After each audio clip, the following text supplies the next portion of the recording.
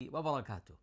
I hope you're well, brothers and sisters, ladies and gentlemen, friends and families, wherever you are. We're praying that you're having a fantastic day and you've already had an amazing weekend. Today is Sunday, of course. Whether you're in the UK, Australia, or America, or in the Middle East, or in Southeast Asia, or Africa, it doesn't matter. We hope you're having a good day. We're going to be talking about making marriage simple.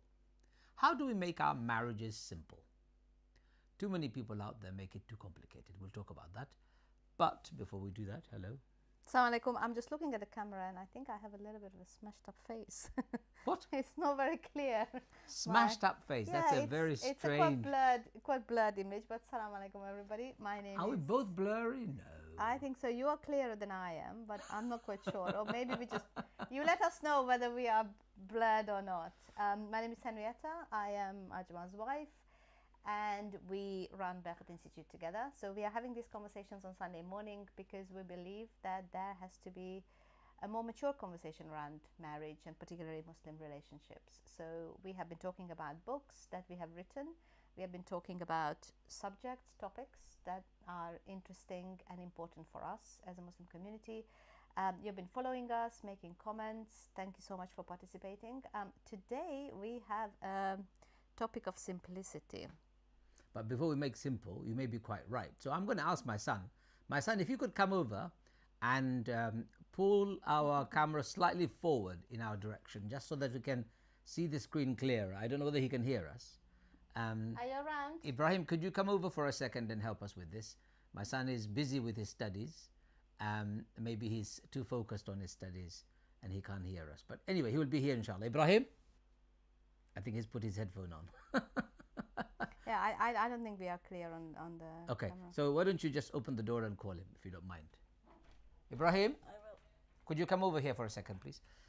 So my son is, go to the if you don't mind, go to the camera and pull forward the camera slightly and check if it's on autofocus or a manual focus at the top. Is it on at the moment? Is it on the record button for films, or is it on record button for pictures? Right, take it on camera button. Okay, he has just moved it. I think he's frozen us on the screen. It's okay, it will come back inshallah. Ladies and gentlemen, we will certainly get it right. Just give us a couple of minutes. Let's move from here to there and come back again and see if it works. No, it doesn't work. We will, let's see if it does. Can you press the record button at the front? That one, yeah, let's see if that works. There you are. There you go. Well done to Ibrahim. Thank you very much. Thank you. That's all it needed. Just a small adjustment. Technology works when you can make it work, ladies and gentlemen. Thank you very much, my son, for doing that. It's better now, isn't it? So now I am clear and you are blurred. That's all right. That's probably because I'm black anyway. Anyway, so we have a very interesting topic. And why did we choose this topic? Because I feel too many people make getting married, this is before marriage, complicated. Yes. And too many people live a very complicated marital life. Too many complicated marital lives. In my view, forgive me if you think this is quite subjective, it is my view. If you find your marriage before you get married, or your partner before you get married, too complicated, it may not be for you.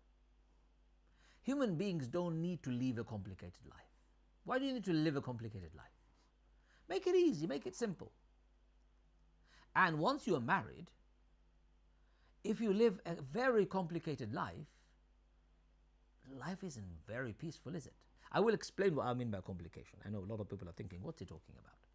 But let's ask you, do you think you have a complicated life? Is your marriage simple?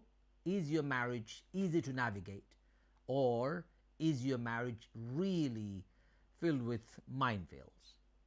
Well, one of the reasons why I thought this would be a really interesting and important topic is because, as you could see, some of you have seen that we were away last weekend. So when we did the show, we had a very different background and we had a very different week behind us. So the whole reason why it was really important for us to talk about this, because we actually lived in a farmhouse for a week in very simple conditions. We grilled fish in the evening, we went out for walks, and we didn't have all the things that we usually do. We have a very busy life.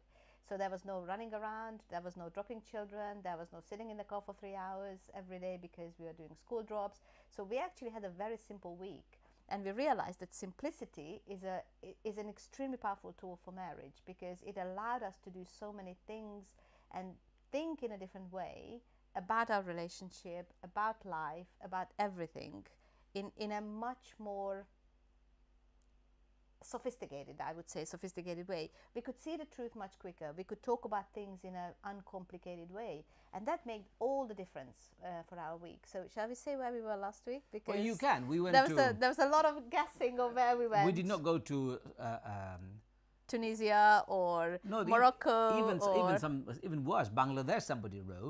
Somebody wrote some places in the UK. I can't believe they said that. I think they were just joking. We were in Spain, but more specifically, we're in Mallorca. So first time for both of us to go to an island of Spain. We didn't go to a party scene. We went to see the scenery, the mountains, the walks, the sea itself. We biked, we hiked, we just had a very simple life. So we wanted to talk about simplicity because we believe that it has a tremendously transformative power on any relationship. And let's start from the whole process. Let's start from the beginning. Before marriage, during marriage. And hopefully not after marriage. And hopefully not after, but even towards the end of marriage, if there is an end, yes. If you've been married for a long time. Jana Hall, your friend, has just sent a message. Assalamu alaikum wa rahmatullahi wa barakatuh. So nice to see you both.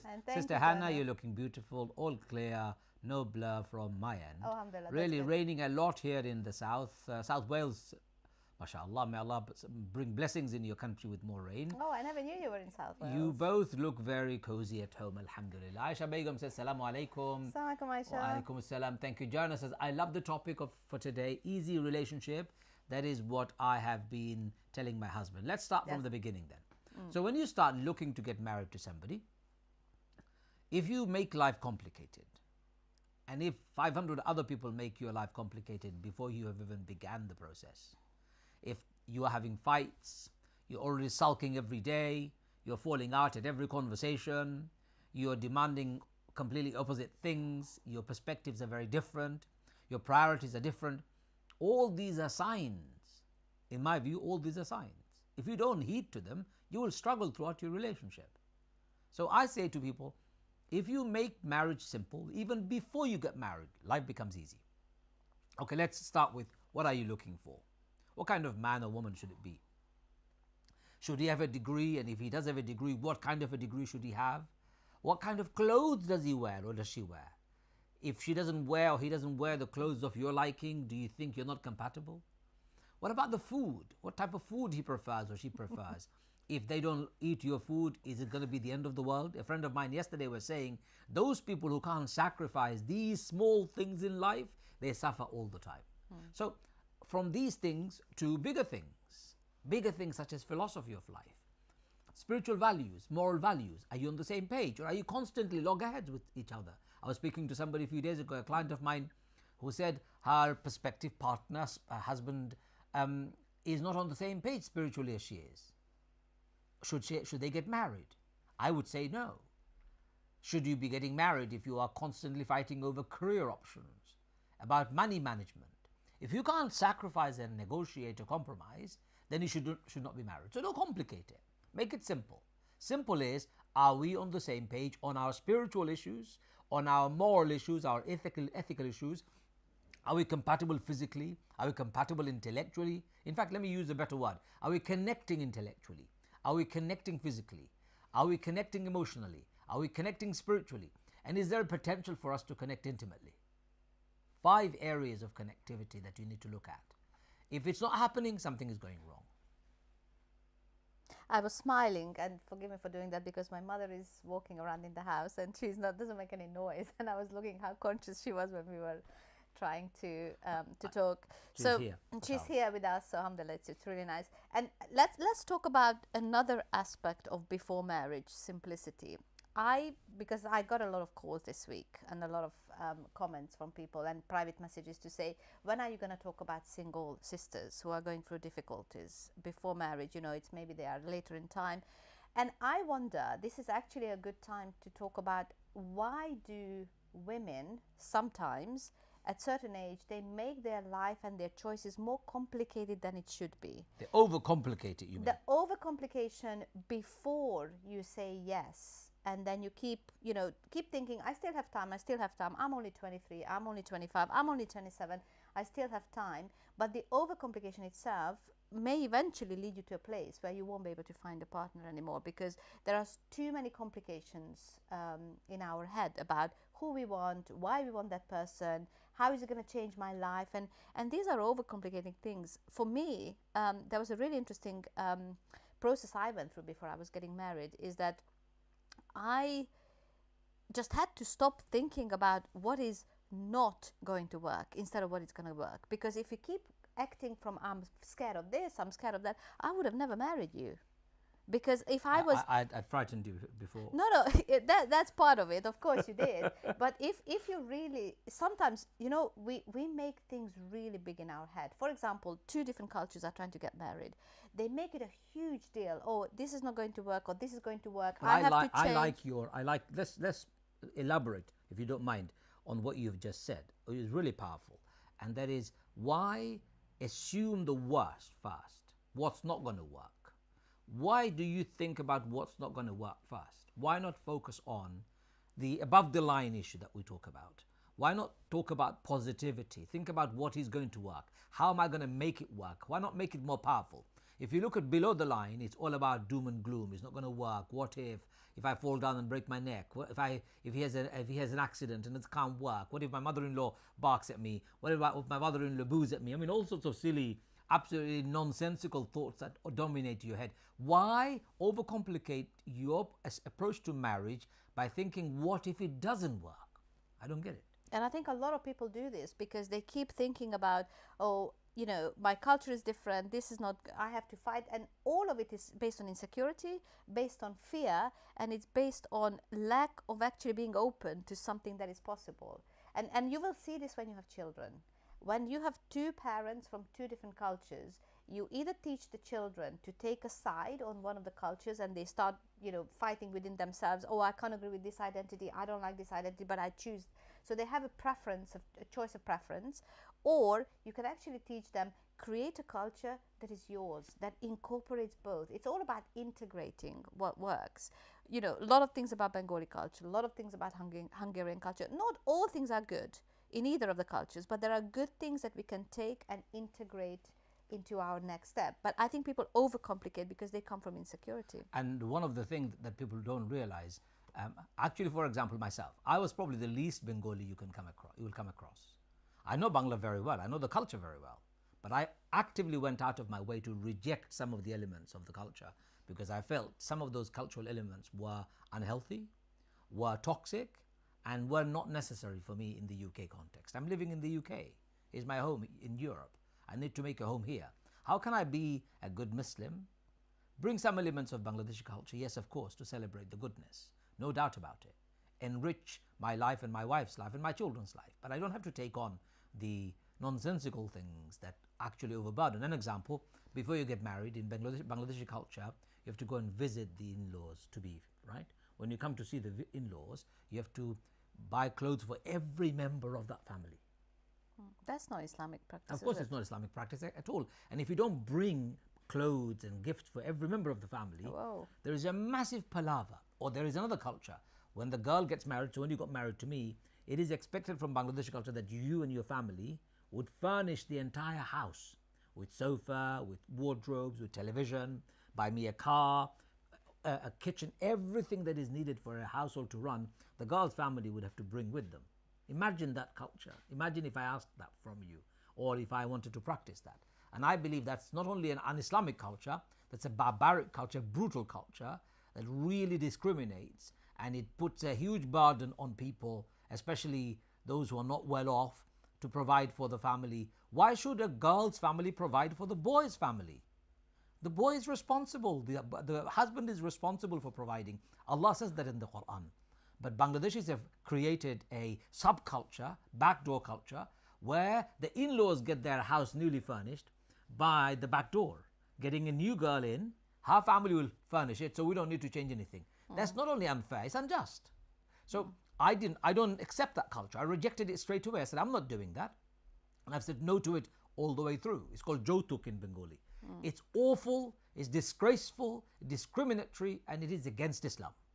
And it's overcomplicates situation Of for course it people does. because and we also know in Arab culture, Arabs have been complaining that they reach a certain age, and because of these expectations they can physically not get married because it's so complicated to financially and even emotionally to abide by these rules that they just decide, I'd rather not get married, and they reach a certain age, 40, 45, and then they find it extremely difficult to start a new life at that time, if they can at all, because it's just overcomplicated. Or the other one, which we came across recently, and that is the girl's family coughs up the bill for the celebration of the wedding. So they pay for the whole food, etc., usually in Asian community. And then all the family members and relatives and friends who come to the wedding, they make it as big as possible, expecting that everyone will give cash. And that cash money that comes in, the father-in-law and the mother-in-law, or the girl's parents take all that money, or boy's family would take all that money, and they will now offset it against the expenditure that they've incurred. This is a silly thing to do. It's like a dog chasing its tail. You have to break this bad habit. Don't spend so much money on a wedding. Make it simple. And don't have expectations of people giving you cash. And then don't have expectations that you would take your daughter-in-law, your son-in-law's gift, or your son's or your daughter's gift, and then offset it against the expenses that you've incurred. Again, wrong. Completely wrong. Morally, ethically wrong. So it's not just complicated, it's actually, it's Rotten wrong. to the core. It's wrong in so many ways. And imagine starting a relationship, a marriage on that foundation. There is a very beautiful saying, I always use this, is that however you start is how you will finish. Of course. Because the intention at the beginning, if things are complicated, if things are muddy, if things are not clear, if things are not, they're not flowing and they're not easy, then there is a complication continuously, and it's just going to grow and bigger and bigger. What begins bad ends bad. Ends bad, absolutely. It's a Bengali saying, actually. What begins bad ends bad. English saying. It's a universal saying. So brothers and sisters, if you want to make your marriage complicated before marriage, then take into account some of these bad practices. Gifts to the in-laws, every member of the in-laws, expectations of furnishing the families via the girl's parents or her expenses, taking gifts away after the wedding to be able to offset it against the expenses that you've incurred. All these complications. Even the choice of your partner. Yes. Why are you overcomplicating what you are looking for? Why are you overcomplicating what other people are telling you that this is right, this is wrong? It's the simplest thing is you rely on a judgment that you will make whether you can build a life with this person or not. Yes. If you can't, if it looks like there are confusing views, and if you feel that it's not, I heard it all the time at the beginning, how are you going to marry a person from a different culture? I remember my grandmother was terrified, like, oh my God, who are you going to marry? And I said, look, I just feel that I can live and I can build a life with this person. If that's what is coming to you and it's easy, and look, our relationship, our marriage was so quickly done. After your father agreed, everything was done within a couple of weeks. And it was simple. We didn't have a big, blow up. We couldn't afford. That was part No, of it. we could have. We could have afforded Yeah, it. well. We had it in my father's house, and I chose it. I'll tell you why I chose it. Because I believe, I totally am convinced that the simplest of marriages are the most blessed of marriages. Because my father, my mother, at their house, we did, mashallah, so much barakah there with their dua. And many members of my family, we all came together, we cooked, we ate, we had a good day, alhamdulillah. Everyone else who is my friend or my extended relative, if they really love me and wish well for me, they'll make dua for me from wherever they are. If they want to really give me a gift, they don't have to come to a wedding to give me a gift. They can just send it to me. So maybe we will celebrate our 25th, inshallah, with a big new wedding. I'm not sure about that, Hannah. Another wedding. So ladies and gentlemen, I do want you to really ask yourself this question.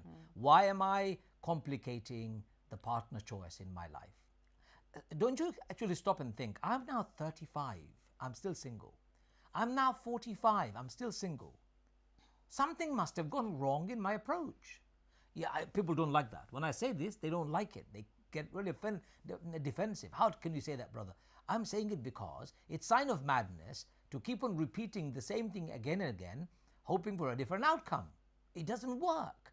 If it doesn't work for the last 45 years or 25 years, for all that time that you've been looking for a partner, then it's not going to work if you keep on repeating it. You need an overhaul in your approach. Complicated, unsophisticated approach, it doesn't work. What should you look for when you're getting married? Look at the person's character and see if you can get along. That's it. Ultimately, it's the character that you have to live with. Not his money, not her looks, not their families. It's the character. If the person is the most dashing looking person on this earth, has rotten character, I would not want to even sit next to them. You know what I love about simplicity is that to arrive to simplicity, you have to go through a whole lot of searching. It's a very complicated, highly cognitive process to think about things and really distill it down to the core to a simple choice. It's actually not an easy thing to do, but that's the whole purpose of self-search and looking into what is it that I want, what can I live with. But that's something you do for yourself, but the actual choice by the time you arrive. So to come to that simplicity, you have to go around the whole world. And I find it fascinating that some people stay in the whole world, going around and around, complicating, but never actually arriving to the simple choice. And look at what's happening today in the world. Everyone seems to be simplifying their life. Yes. There are movements. People move to the woods. They live with no water. And this I read this morning a woman has just bought a van to get rid of everything in life and live in a van. Yes, people are simplifying their lives. Why? Because we have such complicated lives that it's inevitable that it's going to affect our mind. Because when we have complication around us, we will always respond to the complication. We are not acting from simplicity, because to complicated things we can only respond with complication. And religion of Islam is the most simple religion on the face of this earth. Do you know why? Because it's based on your natural disposition. And Allah has not made human beings naturally complicated. He hasn't. He's made us sophisticated. He's made us intelligent. He's made us beautiful, but simple. Simple function. Heart pumps, simple function. It's very sophisticated, yes. Very intelligent, but the functionality, the supreme design is simple. Brain functions, design is simple. Our fingers work in a dynamic way. This design is simple, but very sophisticated. So what we are not saying is for you to take away the flair, for you to take away the intelligence, elegance or sophistication from your plan. We're not saying that. Keep all of that, but don't make it complicated. If you need to come to somebody directly, come to that person directly instead of going around 50 other persons before you arrive. That's complicated. In your brain, if you're thinking complicated and making all sorts of mountains out of molehills, complicated. For what reason? I have a great metaphor for this, actually. Go for it. I think it's a little bit like doing calligraphy. Okay. So when you learn calligraphy, it's extremely difficult. You don't know how to hold the pen or the reed is called? Reed, yeah. You don't know how to hold it. You don't know how to shape the letters. You make a mess of ink. You don't know how to handle ink. And with practice, you come to a level where your calligraphy skill is such. We saw it when our son was doing it. With focus, with attention, with integrity, you get to a place in your body where you can write a letter without dropping a single part of the ink. And when you look at calligraphic writing, it actually looks extremely simple. It looks like, oh, anyone can do it. But if you've never tried, or if you have tried, you know how difficult and how complicated it is to get the shape, get the rhythm. For me, this is exactly how marriage should be, is that there are messy bits, but you need to practice. There are really complicated parts. You need to actually learn how to do the curve. You have to get the mechanism. The contours, right. Yeah, the mechanism of how it works. You need to know how much ink. You need to know when to refill and all those things. That's the messy part. That's the complicated part. But once you know how to do it, it's very simple. And another example from I remember us doing. We used to go around circles when we were fighting or when we had something that we couldn't agree on. Now it's down to 2 or 3 questions and we are done. We don't need to go around over and over again about the same thing, because we know what's important, why we are arguing, and what outcome we want. That's very important, isn't it? What's important for you? If you keep on arguing about something so unimportant, you're just going to waste your brain space. Brain cells are going to die as a process. What's the point? That heartache, stress, hormone levels, all sorts of problems occur in your body. You even get IBS because you complicate life, irritable bowel syndrome. People have all sorts. People get cancer because they've been carrying toxic, complicated thoughts, feelings in their hearts without really decluttering it, without really letting it go. So we are saying, before you get married, simplify your life. Simplicity in life means honesty, truthfulness, integrity, uprightness, straightforwardness. That's what simplicity in life is. If you are a liar, constant liar, you are a complicated person. If you are a cheater, you are a complicated person. If you're a deceiver, you're a complicated person. And you will find your partner for it. Absolutely. If you backbite, you slander, you gossip, you're complicated. Get rid of all of those rubbish from your life. They're complicated. They require efforts. They take away great deal of energy, saps your energy, makes you negative, doom and gloom overwhelms you. If you really want to have positivity in life, get rid of those bad habits, right? So have integrity, stay on the truth and straight path. Islam is the simplest path. That's why it's called the straight path. Stay with it. Be proud of it. Lead your life with honesty. Lead your life with fairness and justice. Deal with one another properly. Don't cheat. Don't lie. Don't slander. Don't backbite. Don't gossip. Your life becomes simple. So many people are not chasing you anymore. You don't have to look over your shoulder and look worried about who's going to knock on your door next. Your life is simple. And once you are married, or you're about to get married, you also start simplifying it. We'll discuss that in a minute. Let me just read some messages.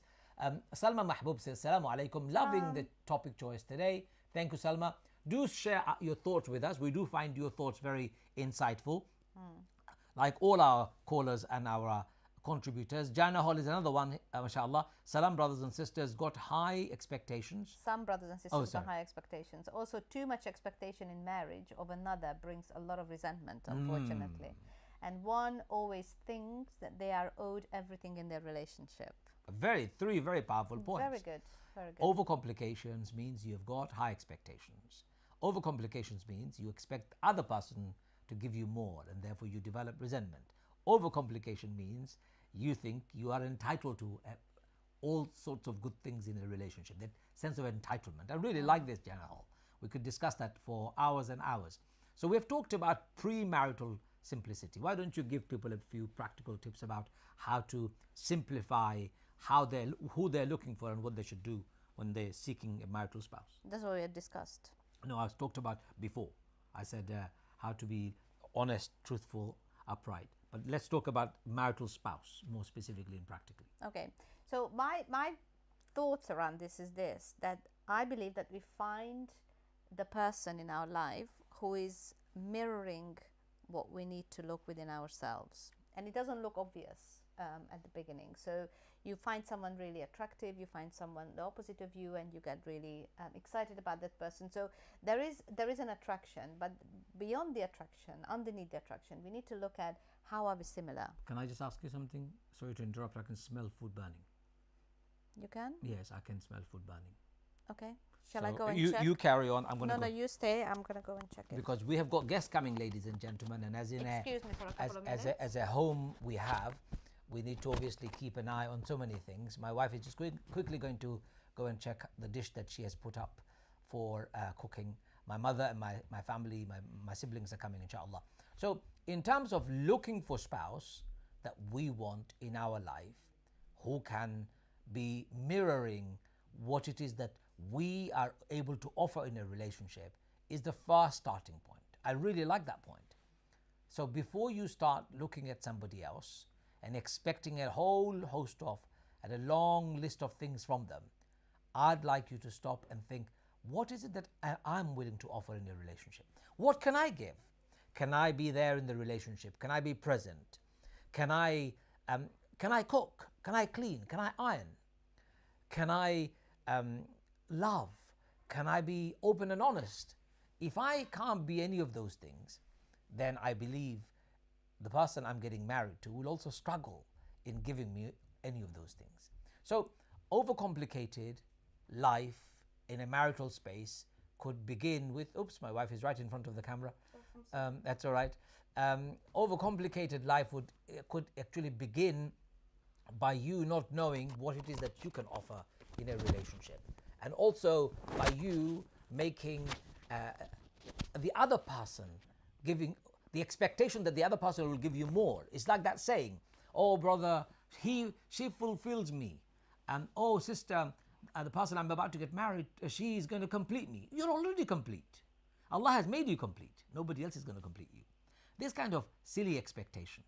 You were saying, and I was just completing. Was I right? No. No, completely wrong. That my smelling was going a bit. And your haywire. mother-in-law says you have to think about twice because she's sitting there. Oh, I didn't realize. Carry on. She's doing the food. Go for it. You That's carry okay. on with the point that you were making earlier on. What did I say? You were I talking started? about how you should be mirroring what it is that you're looking for in your partner, in seeking the partner that you would like Yes, to marry. I actually believe that we find our match because whoever is coming on our way is there for a reason. So I know a lot of sisters, particularly, who have a list of things that they want in a marital spouse, and they have a long list. But even if the list is not long, there are some things on that list that when they really truly put their hand on their heart and ask themselves, am I doing this thing for me? 90% of the time will be no. It's a no, and it's very easy to say I want an honest person. The question I always say to people, don't ask for an honest person, be an honest person, because then another honest person can come on your way and you can meet that I like person. that. Be an honest person. Instead of asking, I want someone honest, you can't control what people are going to be like. It's the same with children. If you say, I want my children to be obedient and God-fearing, and I want them to be on the musalla 5 times a day, are you on the musalla 5 times a day? Are you a God-fearing person? Do you think that you are demonstrating that Islam is an essential part of your life? And if you don't, why do you expect your children to do it? I don't want my children to smoke. Why do you smoke? I don't want my children to drink. Why do you drink? Did you know, Hannah, amongst the Muslim community, the rate of smoking is the highest in the country? I'm not surprised. Especially Bangladeshis. I know a lot of Bangladeshis watch this program. Really sorry to give you this bad news. UK average smoking statistics is about 20%, and it's reducing every day. Do you know Bangladeshis? More than 40% of Bangladeshis smoke. It's a disgusting habit. I don't understand why they smoke so much. The grandfather smokes, the father smokes, the son smokes, the grandson smokes. They all smoke. Some areas when I go to, I can't stand the stench coming from each of those areas when I see people smoking on. So let's go back to bad habit. the habits. Is there are spiritual habits, emotional habits that we need to start doing ourselves, so we can actually handle, or we can look at another person and say, is this person the right choice for me? If you catch somebody lying and you are considering that person to be married, until you are satisfied that the lie is cleared and the person tells you that he will not do it again, and until you feel in your heart that this is a good way forward for a person to repent and not do it again, then you move forward. But if you keep thinking, oh, just a little bit of a lie here and there, the things that are difficult at the beginning of the relationship is going to be tremendously difficult towards the once a liar, always a liar. That's a sad thing. And of course you can change your way. You can't change it because your wife wants you to stop lying or your husband wants you to stop lying. You have to understand the impact of lies. I want to give you a tip, actually, because I was talking to a client of mine the other day. So there are, when we talk about character, there are things that we do and there are things that have become our character, and we need to make a distinction. I might, it's like the English saying, you are stupid or you're being stupid. You are silly or you're being silly. It doesn't mean the same thing. When you say you are silly, it means you have given a characteristics, a label to that person. If you say you're being silly, in this particular scenario, you are doing something that is silly. When you say to someone, you are angry or you're being angry or you are an angry person, it's two different things. Yeah. When something becomes a characteristics, and let's face it, everybody is angry at some times, but some people have made anger their characteristic trait. Constantly angry. And if you are an angry person by character, then you have to think about that, because how do you undo that, and why do you expect your partner not to be angry with you all the time? Because that partner is going to be bouncing off. It's really important that we make this. People lie. Everybody lies. I think everybody says lies. But if you become a compulsive liar, it has become your characteristic. So if you catch somebody who lies about something, and this is particularly important when you're considering someone for marriage, if you catch the person he's lying, watch carefully whether it's a characteristic that he or she is compulsive in lying, or it was a slip, it was done for whatever reason. There's no excuse for lying, but we are human beings, we make mistakes. There are certain times you can lie. For example, to save your life, you can lie. Of course it is. Protect someone else's life, you can lie. To increase love between two people, you can actually say he loves you and she loves you. You can do that. Those are subtle but altruistic lies, right? Do I look fat? You can turn around and say you don't, to be able to help ease somebody's potential psychological impact. But also sometimes you have to tell them the truth. But that's not what we're talking about. We're talking about pathological liars. If you see a person or sense with evidence that this person has got a habit of lying, then you should start thinking, can I live with a person who has got a characteristics of a liar, or is a liar pathologically, or a cheater, or a fraud, has got a bad track record on finance, has a bad track record on interpersonal relationship with others, has a bad track record of emotion when it comes to anger, sadness, feelings of grief and pain, doesn't know how to manage them. If you sense these things, distinguish between a momentary lapse or a personality trait. Whichever one it is, if you are clear, then you can manage it better. So let's move on. So now you're married, you've found the right person, you've been honest and straightforward, and you've been simple in your expectations and in your wants and your long list of things that you are expecting or the things that you're offering. Fantastic. Once you get into the wedding celebration or organization, please, this is your bad please, brothers and sisters, you don't know how many weddings I go to. I go to weddings almost weekly basis, and you don't know how much I pray every day saying, Ya Allah, guide our community from this awful israf, is waste. Allah says in the Quran, those who waste and those who spend in excess are brothers and sisters of shaitan. Innal mubadhirina kanu ikhwana shayatin. Anyone who is excessive, wasteful, they become brothers and sisters of shaitan, devil. It breaks my heart when I see people spending hundreds and thousands of pounds in wedding celebration for one day, not even a whole day, few hours. And then what? So please, simplify your wedding. Rasulullah said, the most blessed weddings are the simplest of weddings. I actually mean simplest weddings with just the family members and friends, small events, perhaps, a small celebration. Why spend so much money in altruistic, this showman business that we are all in? I was told by somebody, well, I need to get 1,000 people in my wedding because my neighbor had 750. What? I said, what did you just say? Your neighbor had 750, you need to get 1,000. Why? Well, I need to show that I've got more friends. He spent £25,000 on his girl's wedding. I need to spend £50,000 so that people will respect me as somebody who is rich and powerful. Really? Are you out of your mind that you think you can buy respect like that? Showmanship or showwomanship, whatever you want to call it, brings only riya. And riya, according to Islam, is a form of shirk, associating partners with Allah. Showing off is a shirk. I want you to really simplify your weddings. Don't overcomplicate it. Don't cause a huge fuss. And you know what the worst part of the weddings nowadays are the videographers and photographers. If you're a videographer and photographer, forgive me, but you guys cause a hell of a delay in every wedding. Stop, start, shoot, film, camera, action. It's like a Hollywood movie, as if they're filming a Hollywood movie. It's a Hollywood movie. It's disgraceful. I really, take it from me, it's a disgraceful thing you guys are doing. No need for it. If you want to really make a film, don't make the life of everybody who's participating a misery. They have to wait for 5 hours before you're ready to come to the stage. Okay, cameraman and camera woman, rig the entire venue with 50 cameras. Every corner has got a camera, so everything can be captured. And then you edit it in your edit suite. I don't mind. But again, it's excessive. What for? And how many people actually look at those photographs and videos after the wedding is over? Very few. Rant over. Carry on. And what is also very sad about these things is that it actually takes away the entire focus of what marriage is about. Yes. Because it's not about the show, it's not about the environment, it's not about the hall that you pay for.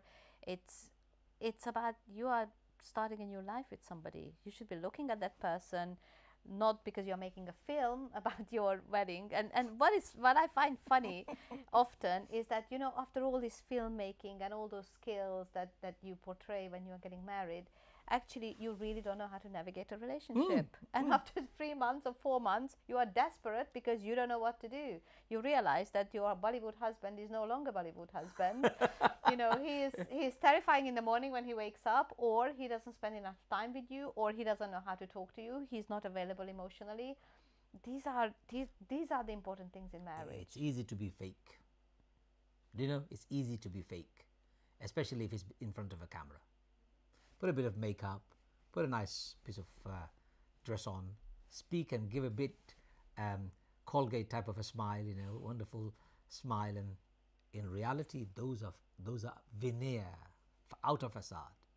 The inner facade is, how do I express my love and affection to my wife? How do I deal with my emotion with my wife when she needs my emotion? How do I manage my anger with her and others? How do I manage my triggers? How do I deal with life, money, food? Am I stingy? I know a guy who asks his wife for receipts for every penny she spends. And I told her, you are in a prison, my dear sister. If your husband is asking for a receipt for every penny that you are spending, you're in a financial prison. Get out of it. I'm serious. I'm not joking. If you have this kind of habits, that's the complicated part that we don't want. We want to get rid of them as soon as possible. I'm talking about the traits, not persons.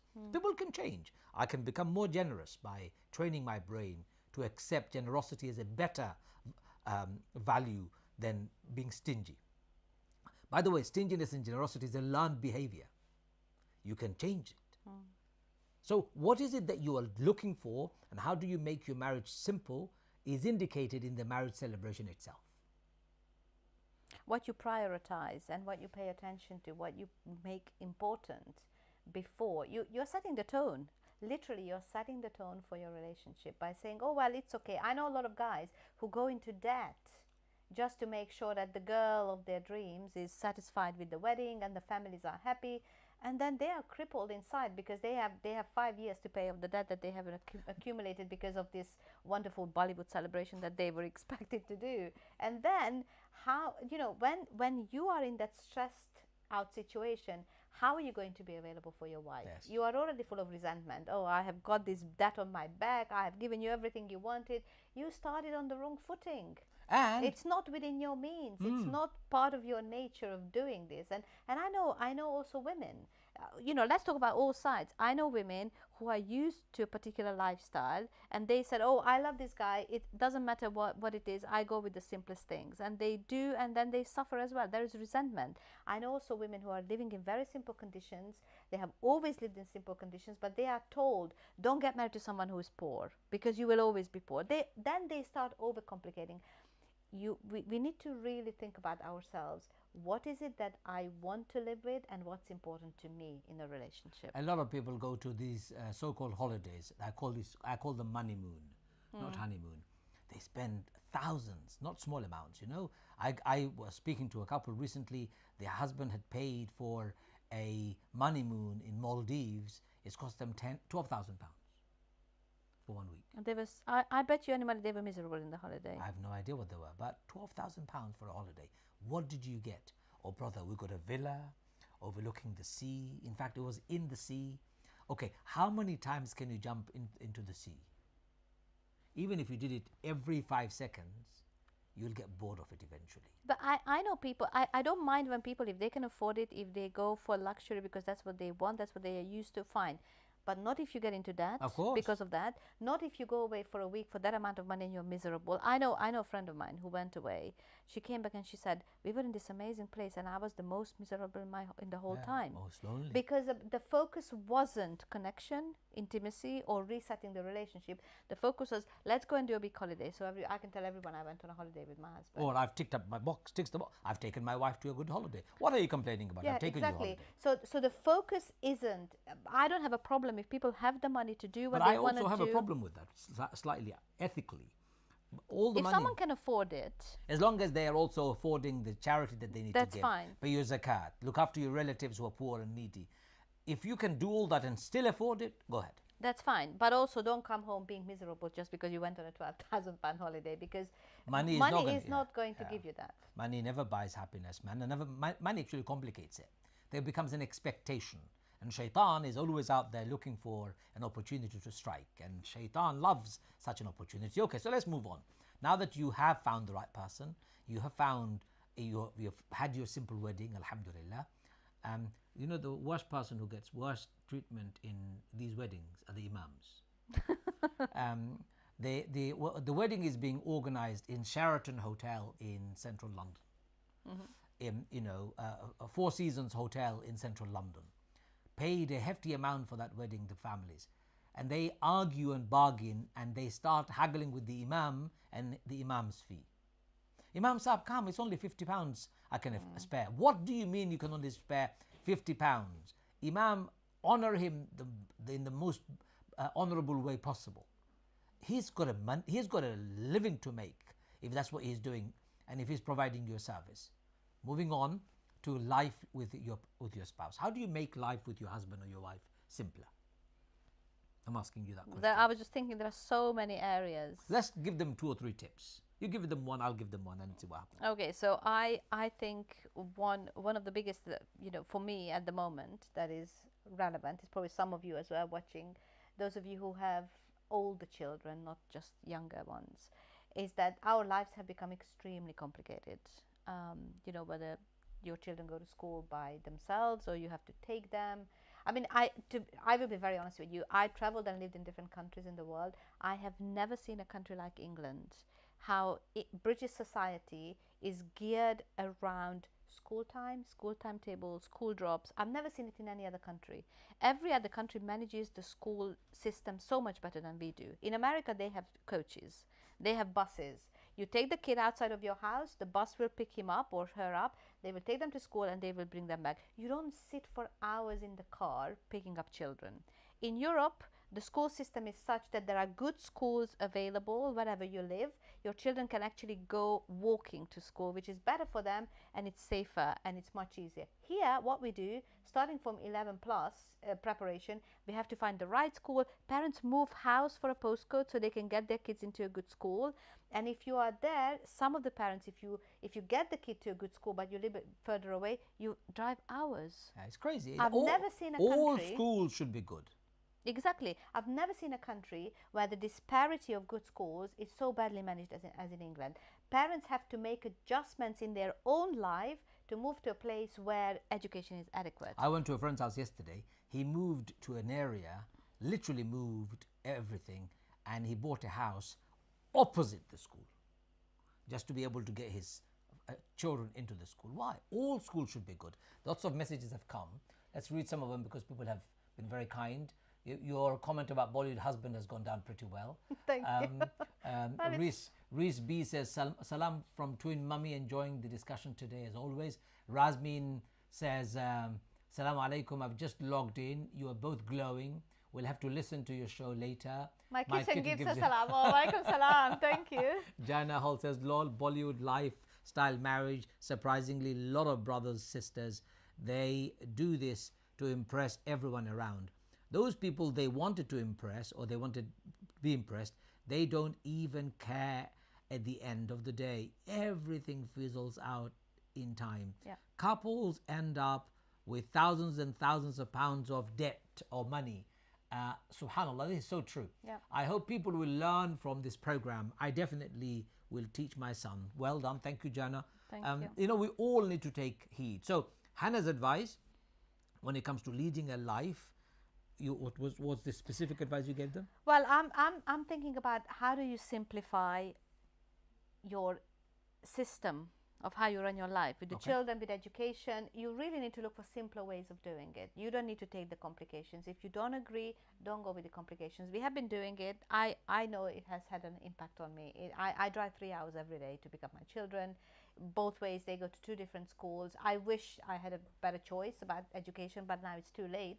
But that would be one thing, that if you want to make your family life and marital life easier, you have to simplify the lifestyle you lead. If you have, I know the impact, because I'm so tired by the end of the day. By the time I finish the 3-hour driving, I don't necessarily feel like being a kitchen fairy and make amazing meals or sit down and have a chat with you, because I'm literally so tired. So simplicity in the way your week runs, I think it's a really important one for families.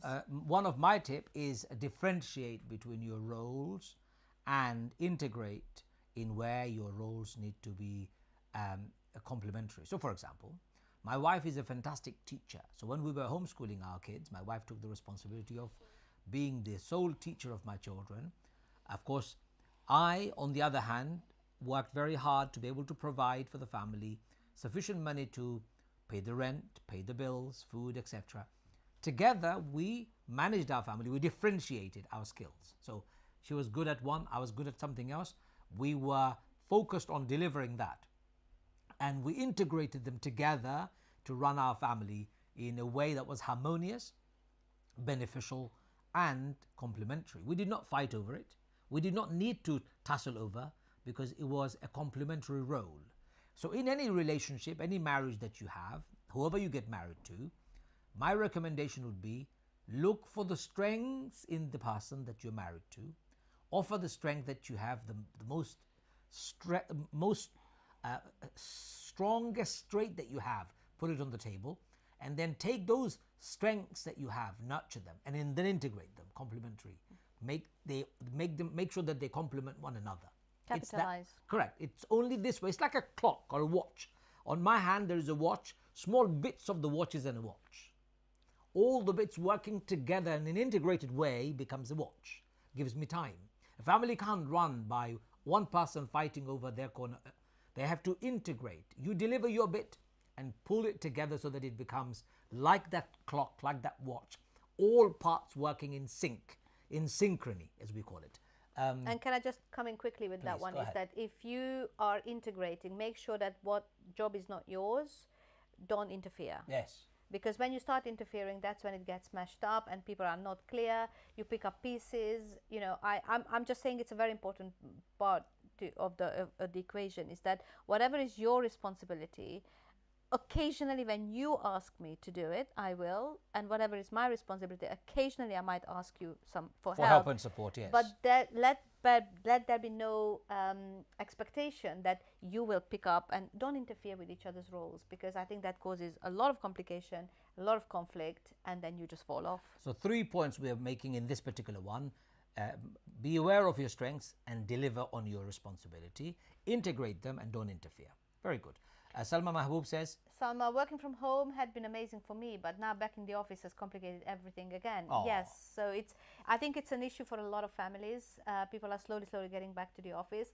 I always do say to people is that look at alternative ways. Now, even employers, if you're a new employee, you can ask from the very beginning, you can ask for time off.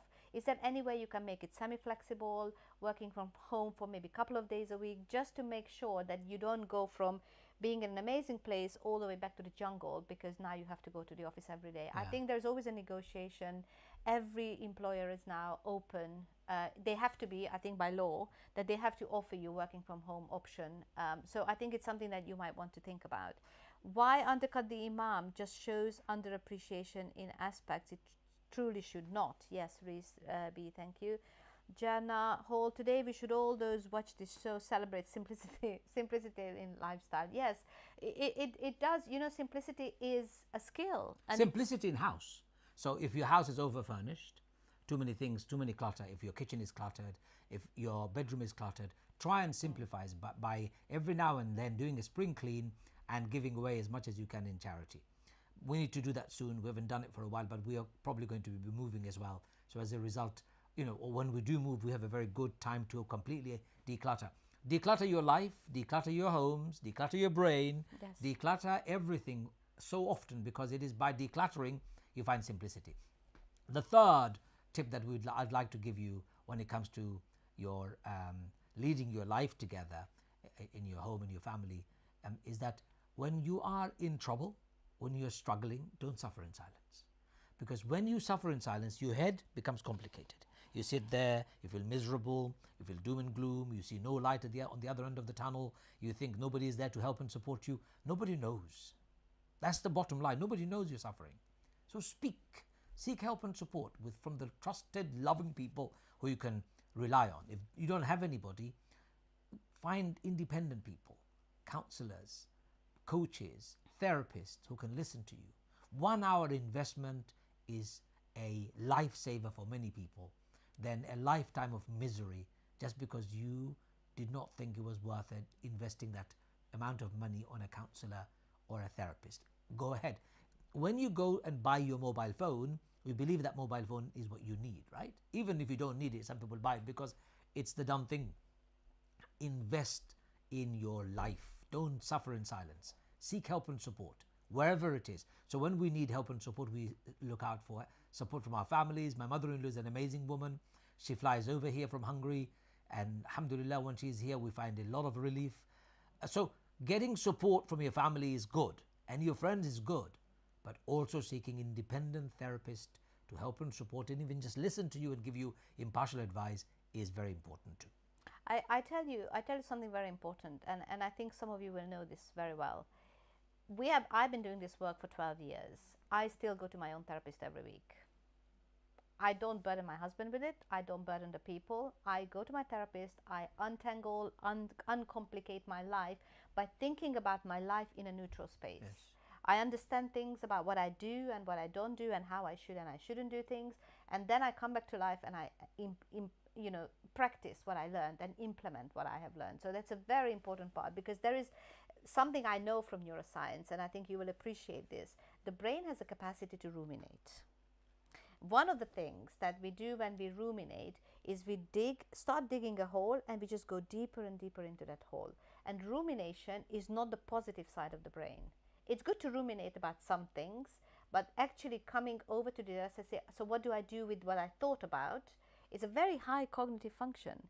So instead of ruminating, because rumination has one very dark side, rumination is taking you to a path or a way of thinking that may not be true. So for example, you have an agreement with your husband, disagreement with your husband, or an argument. You ruminate about it, you swallow it, you think about it, you suffer about this, but you never actually sit down and discuss it. What is it going to do to you? First, you will have a warped understanding of the situation. You will probably be resentful towards your husband, and next time you have an argument, you will start throwing it back. So rumination is like the poison underneath. And when you ruminate, you don't move on. You just go deeper in a pit hole. They call it pit hole, is it? You just go down and a pit. And you're not able to come and forget about what happened and move on. You will keep bringing the past back over and over again. And if you do this for a year, 2 years, 5 years, after the end of 5 years, you feel like you want to kill your husband or your wife. You know, when you see nature programs, if an animal goes into its burrow underneath the earth and a predatory snake or a mongoose has entered the burrow to be able to eat them, the animal goes back and back and retreats and retreats and retreats until there is no way to go. Nowhere to go. Can't go any further. So their back is against the wall. This is the last of the tunnel. There is nowhere to go. What happens? Wow. They get eaten. They get eaten. So if you burrow into the depth of your dark hole, you will be destroyed by your own self, sadly. We want to finish our program. Aisha Begum says, amazing show, clearly explained reality of cultural burden of wedding background, nicely presented. Thank you very much, Aisha, for lots of compliments. I could listen to you guys all day. Thank you. Thank you. This is from Salma. Lenka Soliman says, decluttering really made my life much better.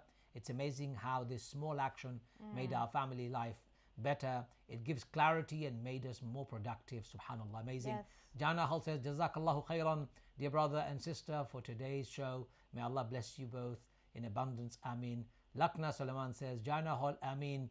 Salma Mahbub says, and all that stale energy that shifts when you declutter is refreshing. So let that be the simplicity is key today. The key to simplicity is declutter. I like this. Key to simplicity is declutter. Declutter before marriage, declutter while getting married, declutter in your marriage, and declutter your life as much as you can. And your brain. Of course, we've got 2 books to advertise. Where are our books gone? Yeah.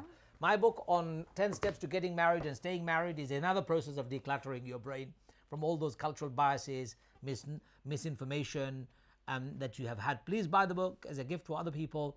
Buy it for yourself. Tell families and friends to share, inshallah. 10 steps to getting married and staying married, and Hannah's book. And my book is all about understanding your emotions. It's looking at your brain, how different parts of the brain do what to you, and what kind of emotions they help you tap into. It's my own journey, this is my decluttering journey actually, in some ways, because I wrote it while I was living in Spain, and it's full of really interesting insights about neuroscience. So if you want to understand your emotions, this is a really good book. Inshallah. Brothers and sisters, from both of us, we want to say goodbye and salam. But before we do that, please visit our website, www.barefootinstitute.com. You can book for counseling sessions, coaching sessions, mediation sessions if you like. If you're getting married, we can help you to get married as well by helping you to get your nikah done, or buy our book, or simply get in touch. May Allah bless you all. Until next time, from myself and my wife.